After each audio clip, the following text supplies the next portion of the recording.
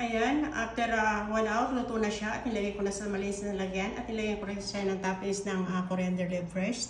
Pwede natin siyang iulam sa... هاي روز. Hi, madam. How are you؟ Hi, madam. الحمد لله. اليوم روز بتسوي لكم مرق بامية باللحم. يلا روز. Hello mga kabayan, lumaga ako ng marag bamia with laham. At ayan, niready ko na itong fresh bamia. Hinugasan ko siya at nirain ko.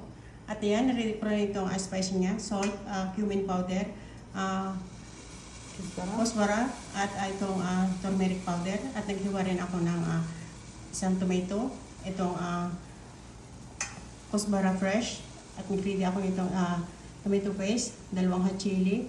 Naghiwa ako ng garlic at itong isang small ng onion. Gagamitan ko rin siya ng olive oil. Ayan, at lalagay ko na itong bamya. Papatay ko lang siya ng para mag-little brown siya. Ayan, little brown na siya. At ito ang kuling ako niya. Kulang ko na yung laham. Nilagyan ko rin siya ng isang onion. Hiniwa ko siya ng 4 pieces. At nilagyan ko siya ng darsin at hill.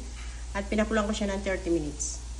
اللحم يا بنات سلقناه نص ساعة في قدر الضغط أسرع مع بصل مقطع أرباع ودارسين وهيل لحد ما استوى.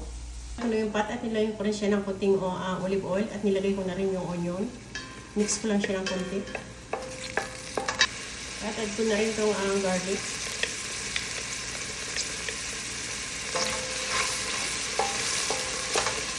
Ayan, at add ko na rin itong coriander leaves. At mix ko siya.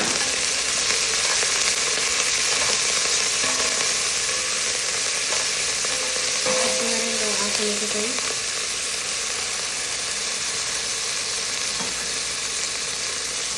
Mix ko lang siya ng konti. بس الصلصة يا بنات دقيقة بعد كده نضيف الطماطم. Ayan, at add ko na rin itong tomato. Mix ko lang siya.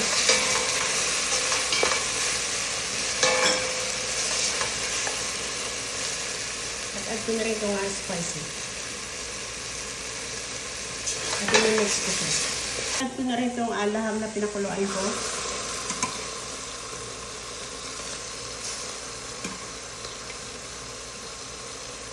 Ito siya.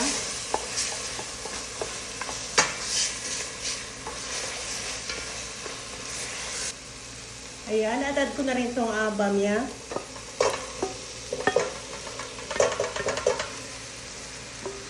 Ayan, i-mix ko na siya.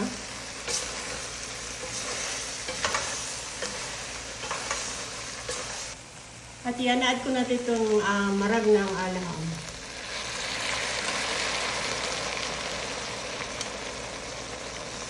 At add ko na rin itong hot chili at itikip ko siya sa apoy ng nasa medium lang yung heat niya. نغطي الحين على البامية يا بنات وضفنا لها فلفل أحمر نخليها تقريبا 45 دقيقة إلى ساعة على نار هادية.